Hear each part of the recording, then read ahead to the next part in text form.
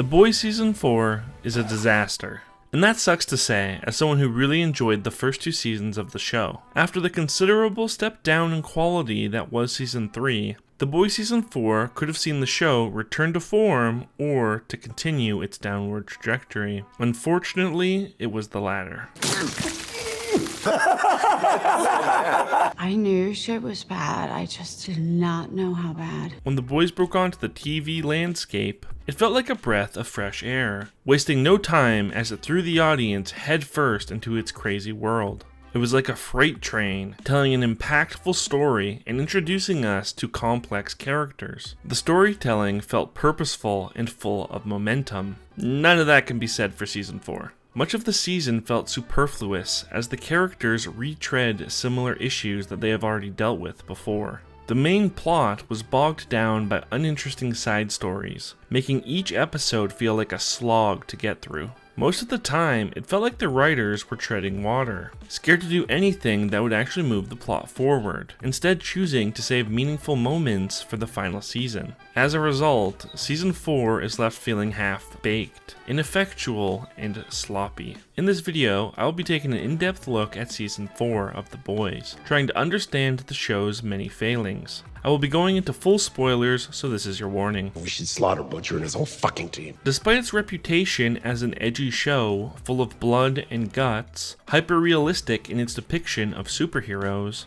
where normal people don't stand a chance, The Boys is oddly toothless. Over the course of 4 seasons, not a single member of the boys has died, which isn't a problem in itself. However, it has created a feeling of invulnerability surrounding the group, undermining the life or death situations that they are constantly finding themselves in. With most of the boys having no powers to speak of, being about as threatening as a piñata in the eyes of most soups, the audience should feel suspense seeing them going against these much stronger opponents. The early seasons did a great job of highlighting how the boys needed to be constantly on their toes, knowing they had to outsmart a soup in order to win, with one wrong move meaning instant death. None of the boys died in the first few seasons, but every time they came face to face with a soup, the audience held their breath, as the stakes felt real for the characters. Just being in the same room as a soup used to have the audience on edge. In Season 4, the soups barely feel like threats to the boys. Throughout the season, they find themselves pretty frequently in the vicinity of an unfriendly soup, and the stakes almost never feel real. On the mission where Hughie is staking out the meeting between Newman and Homelander, he should be caught almost instantly. Helplessly stuck in the vent, Homelander's super hearing, super smell, and X-ray vision should be able to locate Hughie the second he steps into that room. Instead, it takes a drop of sweat to get Homelander's attention, and even then, he is blind lasering instead of just using his X-ray sight to see where Hughie is. Is the vent made of zinc or something? What can't I see through? Zinc, Homelander. Correct. It feels like they nerfed Homelander's abilities to allow the boys to go on their missions and not get instantly murdered. It just feels sloppy and makes the boys feel like they're absolutely covered in plot armor. Also, it doesn't really help that Homelander knows exactly where the boys work and will be at during any given day. Fucking, I know where they live! Literally, he can go over to their offices whenever he wants and just kill them all. But he doesn't. Why? Because. This also undercuts moments like Hughie escaping from Homelander because it's like, oh no, he got away. Wait a minute. I know exactly where he works and where he lives and can just go there to kill him. If Homelander actually wanted to kill him, he could just go to the office and find Hughie there. I also feel like since Season 5 is going to be the final season, the show pulled its punches a little, not willing to kill off any of the boys before the final season. When Kimiko gets infected by the soup virus, you never really feel like she could actually die. When it comes to the boys, I feel absolutely no tension when they are in danger, which in my opinion is a major weakness of the season. Now when it comes to the aquatic life on this show, that's a completely different story. After the dolphin, the whale, poor Timothy, and Ambrosius, the second I see a sea creature, I instantly get scared for their life, knowing for a fact that they will die in an absolutely horrific way. The only way I'm getting nervous for the boys is if they roll up in matching lobster costumes. He's just seeing him day after day, one thing led to another, and... So what happens when he finds out you murdered his family? This is probably the most commonly maligned plotline of the season. I think that is pretty fair. It feels like pure filler. Like I said, amigo, 100% pure. Every time Colin is on screen, or Frenchie starts lamenting again about being a bad person, I find my eyes glazing over. I think this storyline fails for a number of reasons. Firstly, it retreads a similar character struggle that Frenchie has dealt with before. In season 2, Frenchie felt immense guilt about Mallory's grandkids getting killed on his watch. He struggles with this sense of self-worth as a result. Him being responsible for killing Colin's entire family is essentially copy and pasting Frenchie's same internal struggle, making it feel tedious to watch because the audience has seen it all before. Unbelievable, it's the same story all over again. One of the biggest reasons people don't care for this plotline is because who even is this guy? The audience has no investment in the Frenchie-Colin relationship because they have no investment in Colin himself. We are dropped into season 4 with the two of them already being a couple, giving the audience no time to gradually see their dynamic build or come to appreciate their interactions. Colin himself is a blank canvas, his main purpose being to make Frenchie feel guilty about his past. Pretty much the only thing I know about Colin is that Frenchie killed his family. He feels more like a plot device than a character in his own right. The show seemingly agrees, because as soon as the relationship ends after Frenchie reveals the truth, we never hear from or see Colin again. Hey, so where is Colin? He doesn't note Frenchie's past actions to Starlight. He doesn't go on a revenge kick. He doesn't have a moment of growth where he ultimately finds forgiveness. He just disappears. I'm not saying I necessarily wanted to see any of these things happen, but if you're going to tell the story of Frenchie's past coming back to haunt him and introduce a new character, at least commit to it. This tells the audience that they were right to not invest in him, because he doesn't matter. Colin disappearing to never be heard from again makes this entire plotline feel unnecessary. It culminates in Frenchie deciding that he is a bad person, unworthy of forgiveness, as he turns himself in to the police. Except,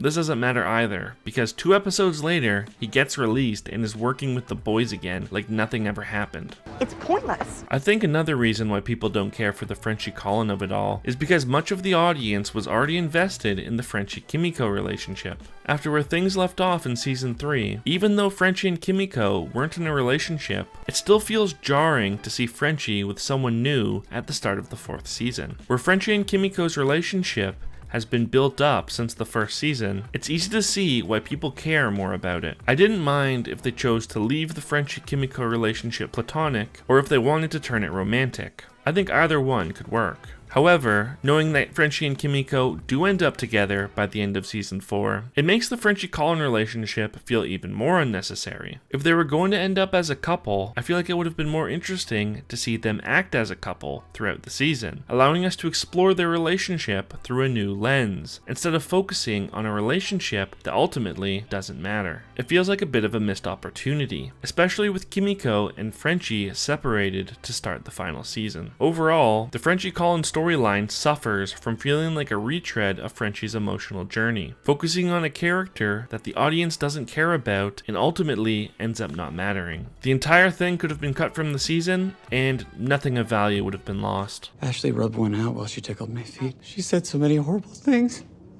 I'm not fine. I'm really not fine.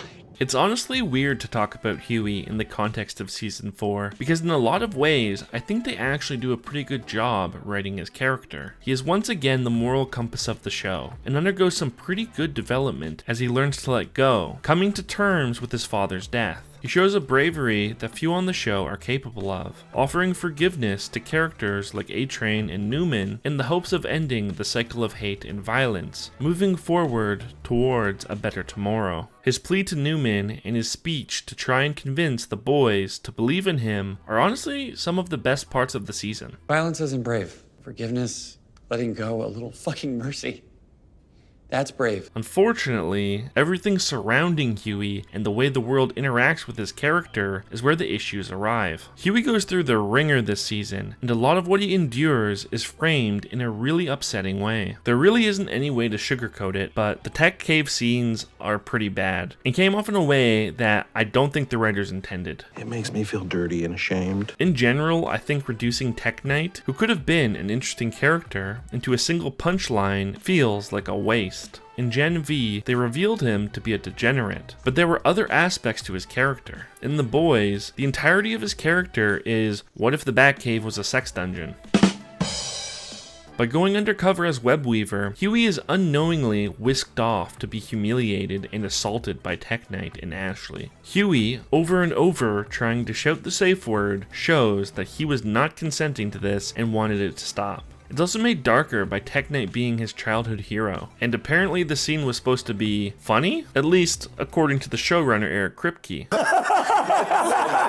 I think it's weird that this was supposed to be comedic, considering Hughie is experiencing SA. Obviously, there's a major disconnect between how the scene was meant to come across and how it was interpreted by most of the audience, but that doesn't forgive it being a bad scene and pretty tone deaf. Hughie's treatment is worsened later in the season, after Annie is taken hostage and replaced by a shapeshifter. The shifter goes full-on Revenge of the Nerds, and ends up raping Hughie multiple times. Hughie was consenting to have sex with his girlfriend, not a shapeshifter who was assuming his girlfriend's identity. After undergoing this terrible trauma, Annie actually has the gall to blame Hughie for what happened. Annie is the vehicle the show is using to frame the event as Hughie's fault, making it seem like he is the one in the wrong. I cannot overstate this enough. I thought it was you. Yeah, and as long as you were getting laid, you didn't look too close. This is a very frustrating and upsetting scene to watch, as it feels like the way it is being framed is incongruent with what actually happened. It's a straight up case of victim blaming. Once again, I don't think the writers expected the scene to be perceived in this way, but I think that's a major oversight on their part. It's really disappointing because I think the show did a really good job telling Annie's story surviving SA in the first season, giving it the necessary care that it deserved. The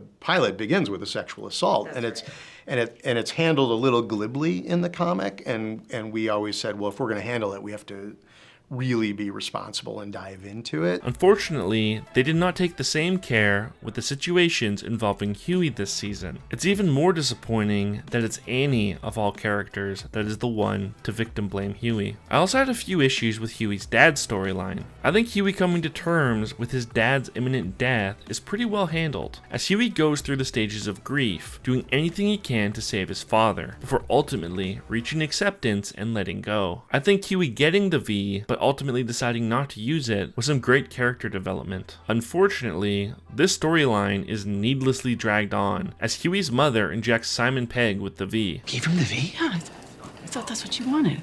You fell out of your coat. First off, her giving Hughie's dad the V after Hughie already resolved to not give it to him was really annoying. Hughie has already undergone his character growth, so everything that happens after his dad goes on a killing spree is just Hughie coming to the same decision that we've already seen him arrive at. As a result, there is no tension of Hughie trying to cling on to his dad. He has already achieved enlightenment. It's completely unnecessary, especially considering that there was no fallout from his dad's rampage. He killed a bunch of innocent people, and there's no consequences whatsoever. Hughie doesn't even mention it again, seemingly not feeling guilty about the death of innocents. The very same thing that started the whole show. Hughie's dad should have never been given the V, as it would have made Hughie saying goodbye feel more impactful, and removed the issues that stem from his murderous rampage. You're just such a fucking hot mess. I have a video on my channel called Why Starlight is the Best Character in The Boys. She is my favorite character in the show and has been since the very beginning, and that's why what they did with her character in season 4 hurts so much. I really did not like the direction Annie took this season. One of the main themes of the season is coming to terms with the bad things one has done in the past. In Starlight's case, they go about this by introducing Firecracker, giving the two a shared backstory.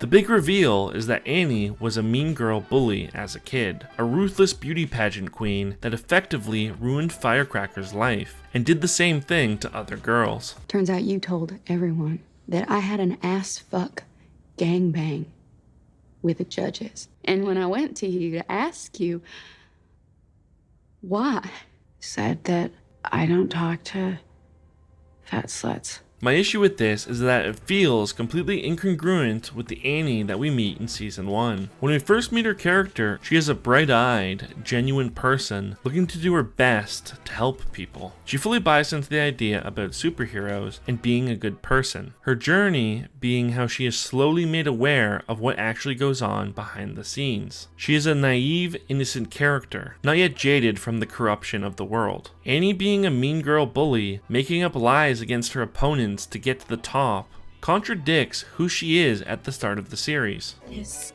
girl is the nastiest skank bitch I've ever met. If she is willing to lie and hurl insults to get ahead, she shouldn't be surprised that Vought is willing to do the exact same thing. It feels like a massive retcon and a betrayal of the character. You wanna know how I knew it wasn't you? Fat sluts. I think it was done to try and show that Annie is a flawed person and not perfect, but she has made plenty of mistakes over the course of the series that illustrate that point in a much better way that remains true to her character. They try to use her bullying past to build on her self-doubt, but I think this could have been done more effectively if they made it about stuff that we have actually seen her do, like her dark moments in season 2, and about her feeling guilty about how long she stayed in the 7. I actually think the idea of Annie having an identity crisis, struggling with the idea of where Starlight ends and Annie begins, is pretty decent. The scene where the Shifter and Annie have a verbal confrontation, unearthing all of Annie's insecurities, is a really cool idea, with it being a nice visualization of Annie's internal struggle. I don't think that. Yeah, you do. Come on. Mind reader, remember? Unfortunately, the way the show decides to depict how Annie handles things under this stress is by having her be a rude asshole the whole season. As one of the moral compasses of the show, Annie felt pretty out of character most of the time in season 4. Her behavior becoming increasingly erratic as she constantly resorts to violence at the very first possible chance. Now, Annie, you can't just go around fucking everybody up. She's pretty unlikable, with rude comments and being negative almost every time she opens her mouth. It's not a good sign when a lot of the audience ends up liking the Shifter that replaced Annie more than Annie herself. She seems completely out of control, and not as smart as she used to be. When Firecracker is hosting her big show across the street, something specifically designed to piss off Annie, Annie decides to watch the broadcast. Why? She knows everything Firecracker says will either be a lie or make her angry, and her whole goal is to get a reaction out of her. Literally, nothing good can come from watching it. She should have tried to distract herself while it aired, went home and poured herself a relaxing bath, gone bowling with friends, literally done anything else. Instead, she takes the bait and beats Firecracker on live TV. Congratulations, you played yourself. Did she learn nothing from Will Smith? Greatest night in the history of television. I also hated that halfway through the season, Annie's powers just stopped working. It feels like such a lazy way to try and show Annie's internal conflict manifesting physically. I don't think it adds anything, and it is actively annoying, especially since they tease us with Annie improving on her powers and using them in a cool new way, only for her to lose them before actually doing anything interesting with them. It doesn't even end up mattering, because when she eventually does need to use her powers, they just so happen to have started working again. It didn't feel like it was anything she earned, rather the writers deciding it had been long enough. Honestly, it's just a major bummer how Annie was handled in season 4. Everything's turned to shit. Plan's dead. This is the plan. Sage's big master plan feels very unsatisfying narratively. The audience is left out on most of her machinations throughout the season, which makes sense as trying to figure out what she has been doing behind the scenes adds intrigue for the viewers. The issue arises when at the end of the finale, Sage rolls in, says everything all went according to plan, and dips out, without actually revealing what she did or the contingencies that she implemented to get this result. She basically takes credit for everything that happened and just says, "Trust me, bro." This was all part of the plan. This makes it feel almost like the writers didn't really come up with an actual plan for Sage to implement, and are taking a shortcut to try and make her seem smart. Like, it's really hard to write the smartest person in the world, because you have to write things that the smartest person in the world would think of. Also, a lot of the events that transpire that make the end result possible feel like they have nothing to do at all with Sage. How would Sage know that Butcher was going to kill Newman? She makes an offhand comment that they were never actually going to use Newman as their puppet. Newman would have been a shit patsy, stubborn. Too many ideas, so I went another way. But then why did they seemingly invest so much time into her? This whole, just trust me bro, everything went according to plan, really rings hollow, as the audience never actually knows the plan or what Sage did to get this result. She's telling us it was her, but we have no proof. Everything is going according to my plan. A lot of the actual things that we see Sage do seem rather inconsequential in the grand scheme. Like the first episode where she causes the riot and has the 3 home teamers killed. Yeah, it gives them an excuse to crap on the Starlighters, but they were doing that anyway. Also, they make a point to say no super strength was used. Nothing said anything about super strength. When the home teamers' causes of death are clearly caused by super strength. Seems like an easy slip up that could potentially get caught, shifting the blame from the Starlighters and onto some soups. Huh, I never thought about that. Also, some of the Starlighters were almost killed as well. If they had died, that kind of weakens the whole narrative that they are pushing, of Starlighters getting violent and out of control. Sage claims to know that A-Train was the leak the entire time, and I believe her when she says this, because there was a few scenes hinting at it. However, she says she was using him to feed the boys false information, making them unknowingly fall into her traps. But we don't really see the purpose of any of this. But A-Train only leaked exactly the information I wanted Butcher and his team to know. He was the perfect disinformation delivery system. A-Train tells the boys about the big shindig at Tech Knight's house, to which the boys show up and almost ruin Sage's big plan by shooting her brains out. Was that part of the plan? What's the false information that A-Train fed them? Because this party actually is a big deal. The boys learned a ton from this encounter, like the prisons being used as internment camps. Recruiting someone like Firecracker as the voice for Vought News also seems kind of risky, considering the skeletons in her closet. They don't end up mattering, but why take a risk on someone with such a history that could come back and bite you? When Sage finds her, Firecracker only has a few hundred viewers. When you found me,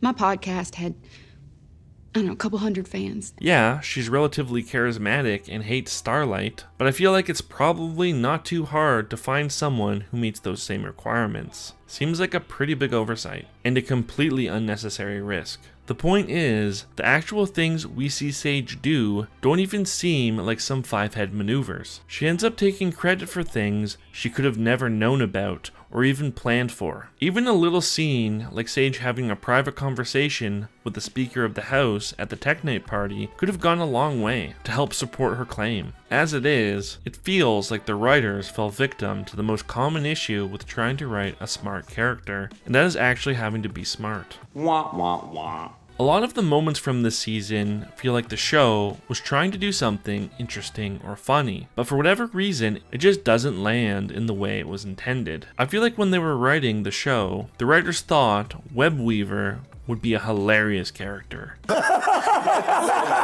Not only does Webweaver not add anything to the show, but his scenes are consistently unfunny. The scene where Homelander and Firecracker interrogate him and he is diarrheaing webs goes on for way too long. It's a joke that's told over and over again and was never funny in the first place. I also found the reveal that Kessler was part of Butcher's imagination the whole time pretty predictable. When the show finally revealed the truth, it felt like it was trying to catch up with the audience who had figured out the twist episodes prior. This made the reveal feel ineffective and not the holy smokes moment it was meant to be. There were also little moments throughout the season that just didn't really make sense, like Ashley choosing to stay at Vought instead of running away with A-Train. This is a huge decision she makes, and we as the audience don't really understand why. In fact, it seemingly flies in the face of what she has been saying all season. In the early part, she was trying to quit, only to walk that back knowing that they wouldn't let her and would instead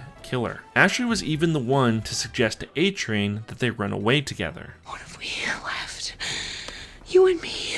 So why the change of heart when A-Train approaches her? By staying, her life is still in immediate danger. She still knows too much about the behind the scenes of the Seven. And in fact, the very next thing that happens after she decides to stay is that she is ordered to make a list of people who know too much, so that they can all be killed. Hey, if we're thinking about who's got the most dirt on us, wouldn't Ashley's name be at the top of the list? Ashley's decision to stay just really doesn't make sense to me. I'm not sure I want to leave. I kind of like it there. Well, parts of it. Now, the season is not all bad, just mostly. Given how I exhaustively talked about what I didn't like in the season, I feel like it's only fair that I give credit to the show where it has earned it. I think the episode where Homelander confronts his past and exacts revenge on his tormentors from his childhood was excellently done. You can see that they are just normal people who are doing their jobs, but you can also see how what they did traumatized Homelander and helped to create the monster that he is now. There is a constant tension that permeates each of these scenes as Homelander grows more and more unhinged, set on exacting his revenge. You're sorry?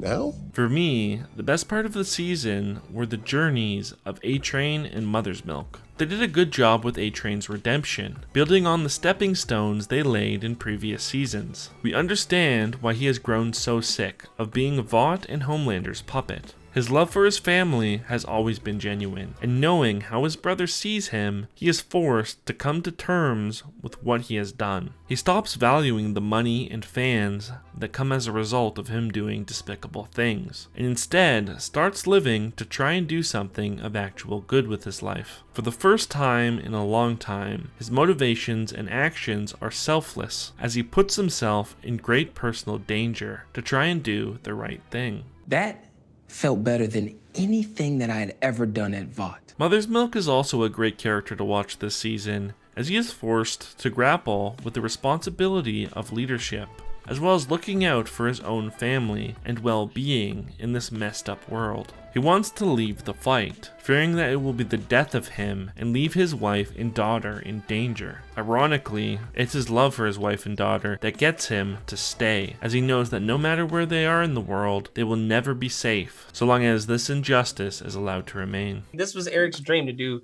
5 solid seasons. Season 4 of The Boys was a massive disappointment. They failed to live up to what made the early seasons so great, as they undermined their characters' journeys and deployed a style of storytelling that felt shallow and sloppy. Oftentimes throughout the season, they seemed to have lost the plot, not understanding how certain things would be received. I am happy that the 5th season is the final season, as it means that we might actually get to see something of consequence happen, instead of the filler that was present throughout the 4th season. I am happy that the show is coming to an end, and am even a little bit hopeful that the final season will be pretty entertaining. I guess we will just have to wait and find out. One thing I feel pretty confident in is that it won't be as bad as season 4, right? If you somehow made it to the end of this video, I want to thank you for watching. If you enjoyed the video, I would really appreciate it if you liked and subscribed. It really helps out the channel. Thank you for watching, and I hope to see you in the next video.